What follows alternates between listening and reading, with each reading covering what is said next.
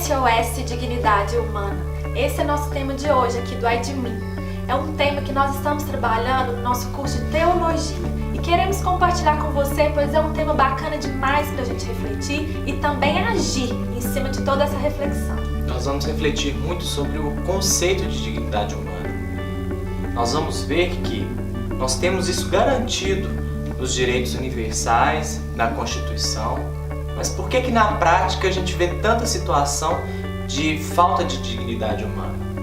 E o que você pode fazer aí no seu trabalho para que o outro tenha essa dignidade?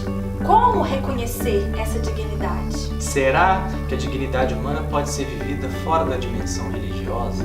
E o que a teologia tem a contribuir conosco para que a gente possa exercer isso no nosso dia a dia, fazer disso um hábito? Nós vamos conversar um pouquinho sobre isso tudo. O que é dignidade humana? E como podemos proporcionar essa dignidade? A resposta está em reconhecer. Reconhecer que existe essa dignidade por trás de cada pessoa, independente de raça, cor, status social, independente do que for. Precisamos reconhecer que por trás da pessoa existe algo, mas algo maior do que ela mesma.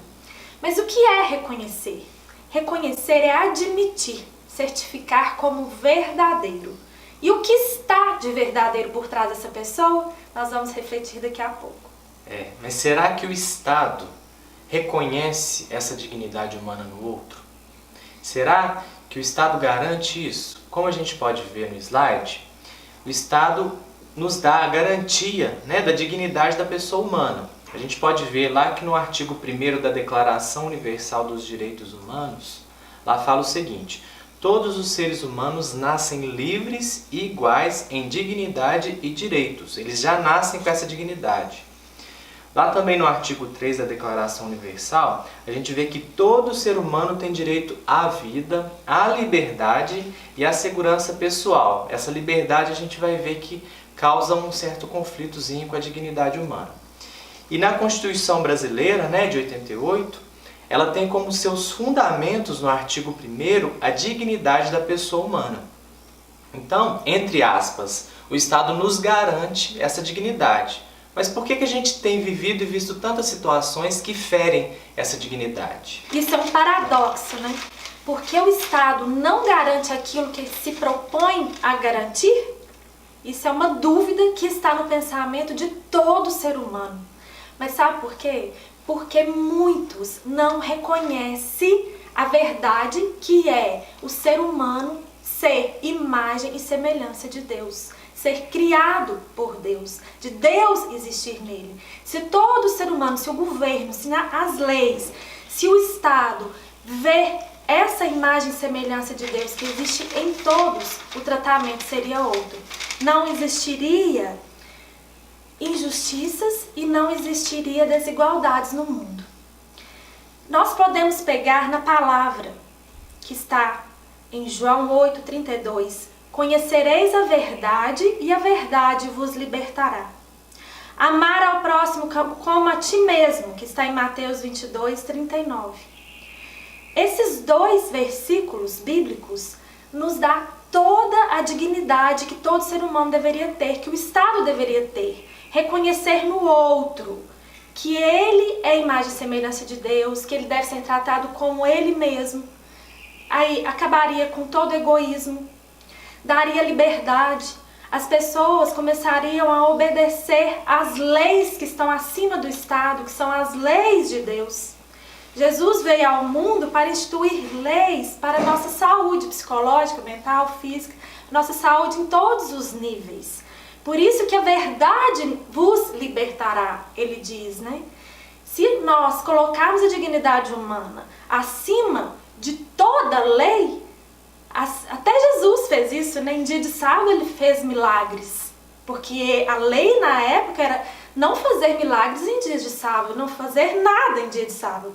Então ele não poderia fazer. Mas a dignidade humana estava acima. Jesus nos ensinou isso, nos ensina isso, só ensina o bem, para nos libertar. Aqui a gente chega na conclusão, respondendo aquela pergunta lá do início, que não é possível viver a dignidade humana sem a dimensão religiosa. Porque o Estado também garante a liberdade, como a Cris disse.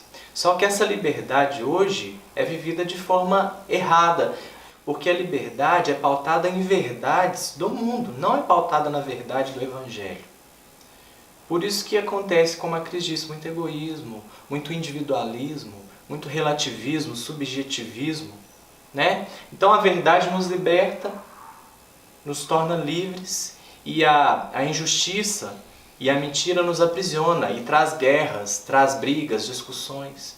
Então, esse conceito de dignidade humana tem que ser vivido dentro do contexto religioso, para que o Estado compreenda a verdadeira liberdade e a verdadeira verdade que é de Jesus Cristo.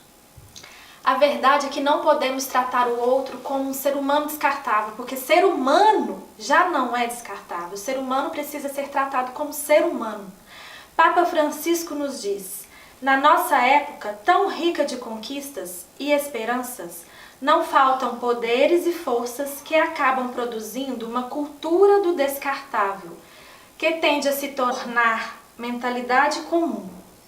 As vítimas de tal cultura são os seres humanos mais fracos e frágeis, que correm o risco de ser excluídos e expulsos de uma engrenagem que deveria ser eficiente a todo custo.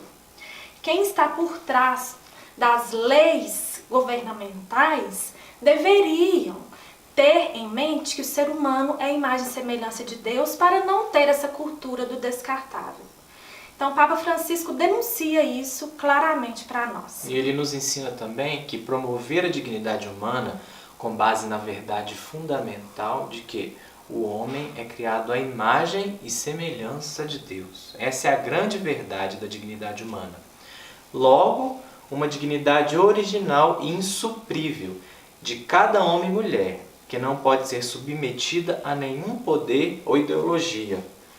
Nenhum poder, nenhuma ideologia, nenhum governo, nenhuma corrente religiosa, ninguém pode impor uma dignidade humana diferente dessa, que é o quê? É o ser humano criado à imagem e semelhança de Deus. Podemos ter como referência o próprio Catecismo da Igreja Católica, que também nos afirma tudo isso que acabamos de dizer sobre a dignidade humana. A dignidade da pessoa humana radica na sua criação, à imagem e semelhança de Deus, e realiza-se na sua vocação à bem-aventurança divina. Deus Pai nos enviou Jesus para salvar a humanidade. Jesus que veio como homem, né? Para provar o valor que existe na pessoa humana. Ele mesmo prova que é preciso valorizar. E a dignidade humana, como a gente disse, né, ela tem que ser reconhecida. Por quê? Porque ela já faz parte do ser, da essência de cada ser humano. É ontológico isso. Ela considera a unitotalidade da pessoa, ou seja, corpo e alma. Mesmo após a morte, né, nós temos que ter o cuidado da dignidade com o corpo, fazer um velório digno para a pessoa, né, tem que ter esse cuidado também. Não depende de raça, de cor, de sexo, de situação econômica, de cultura, nada disso. Todos nós temos essa dignidade. Independe de idade, né, desde a concepção, e aqui entra a questão do aborto, né, desde a concepção ali já existe vida. Se não existe cientificamente uma pessoa, mas já existe intrinsecamente, ontologicamente, já existe tudo relativo a um ser, né? Vai se tornar uma pessoa. Então, a igreja entende que desde a concepção a vida tem que ser preservada. E a dignidade humana entra nesse aspecto também, né? E podemos afirmar que a dignidade humana, portanto, existe antes da história. Portanto, antes do direito e antes da sociedade. Na criação do mundo, quando Deus criou o homem, quando não existia sociedade, não existia o direito, não existia a história, e a história se iniciou ali, já iniciou com o homem completo, né? E total com sua dignidade humana. E quais seriam as situações que ferem a vida e a dignidade humana? De acordo com o documento Evangelium Vitae, tudo quanto se opõe à vida, como seja toda espécie de homicídio, genocídio, aborto, eutanásia e suicídio voluntário, Tudo o que viola a integridade da pessoa humana, como as mutilações, os tormentos corporais e mentais e as tentativas para violar as próprias consciências. Tudo quanto ofende a dignidade da pessoa humana, como as condições de vida infra-humanas, as prisões arbitrárias, as deportações, a escravidão, a prostituição, o comércio de mulheres e jovens e também as condições degradantes de trabalho, em que os operários são tratados como meros instrumentos de lucro e não como pessoas livres e responsáveis. Todas essas coisas e outras semelhantes são infamantes, nos diz o documento, né?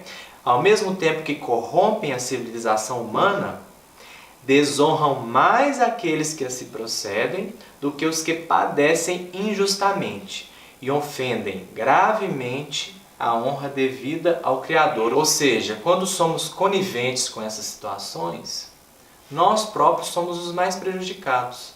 É lógico que as pessoas vivem as situações de injustiça, aquele sofrimento, mas na eternidade, quando nós estivermos face a face com Deus, isso nos será cobrado.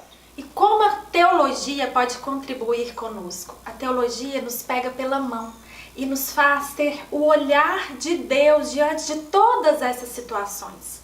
Porque, na verdade, a igreja sou eu, é você, somos todos nós. Estamos unidos no corpo, que é o corpo de Cristo. Quando um fere o outro, quando um não reconhece a dignidade do outro, estamos ferindo um todo que é o próprio Deus. Por isso que nós somos interpelados a agir como igreja, como nos fala o documento Evangelho Vitae, no número 3. Precisamente por causa do mistério do Verbo de Deus, que se fez carne, cada homem está confiado à solicitude materna da igreja. Por isso, qualquer ameaça à dignidade e à vida do homem não pode deixar de se repercutir no próprio coração da igreja. Jesus Cristo veio ao mundo, instituiu a sua igreja e nós fazemos parte dessa igreja. Nós somos o corpo de Cristo também, que é a própria igreja. Por isso, como a Cris disse, se um irmão é ferido na sua dignidade ou em qualquer que seja o aspecto, nós, como cristãos, como seguidores de Cristo, como igreja, nós devemos fazer algo para mudar essa situação. Você vai ficar aí parado? Ou será que você pode fazer algo? Através dos olhos de Jesus, o que você faz? O que você faria diante dessa situação? Nós precisamos enxergar através do olhar de Jesus, através do olhar de Deus. Diante dessa injustiça que você está vendo aí no mundo, aí no seu trabalho, aí onde quer que você esteja, o que Jesus faria? É o que você precisa fazer. E como nós dissemos, a igreja está atenta aos sinais dos tempos, está atenta a tudo isso que acontece.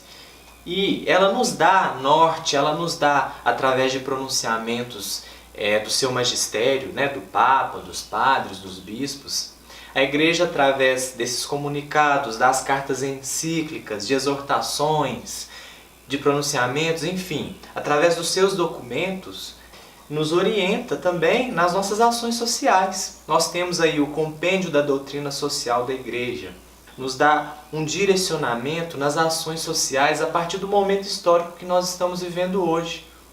Como que a gente pode contribuir com a sociedade? A igreja também nos orienta a isso. Então é importante você buscar nos documentos da igreja, no compêndio da doutrina social, se você for fazer alguma ação, algum trabalho que queira desenvolver na questão social. A igreja está aí para nos orientar, também nos auxiliar como mãe e como mestra.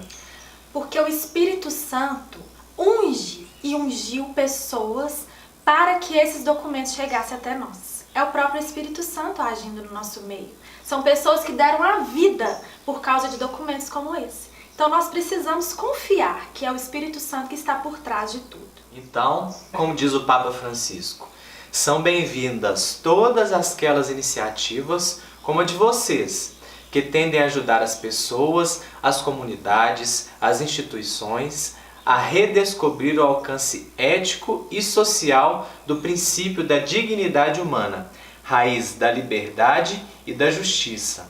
Portanto, nós temos que promover essa dignidade, né? Para que a gente tenha um mundo mais justo, mais fraterno, mais igualitário. E com certeza você tem algo a fazer, você pode ajudar. Nós, somos de uma comunidade, chama Comunidade Lírio do Vale, onde nós temos nossos projetos sociais, fazemos sindicância. O nosso projeto maior é a evangelização, mas a evangelização está de mão dadas com os projetos sociais. E nós temos essa visão que estamos apresentando aqui para vocês. Vocês podem, às vezes, deixar conosco alguma doação, seja em alimento, roupas, brinquedos, remédios, o que for que a gente vai distribuir para famílias carentes e instituições da nossa cidade, que é Itaúna, Minas Gerais. Um pequeno gesto seu pode ser uma grande ajuda para o outro, né? Nós não podemos deixar que a história se repita por não reconhecermos a dignidade humana do outro. Podemos citar o caso da Revolução Francesa, onde havia o abuso do homem pela monarquia. Ou até mesmo a Revolução Industrial, que foi o abuso do homem pelo próprio homem. Ou a Segunda Guerra Mundial e os regimes totalitários, onde houve um abuso do homem pelo Estado. Então precisamos reconhecer a dignidade humana, porque ai de mim se eu não reconhecer a dignidade da pessoa humana. E ai de mim se eu não evangelizar e se eu não souber administrar todas as oportunidades que Deus nos dá para fazer o bem ao próximo. Então que Deus possa te abençoar, o Espírito Santo te iluminar, para que você promova e faça o bem. Não deixe ninguém ferir a dignidade do outro e não faça também isso. É isso aí. Até a próxima. Fica com Deus. Tchau.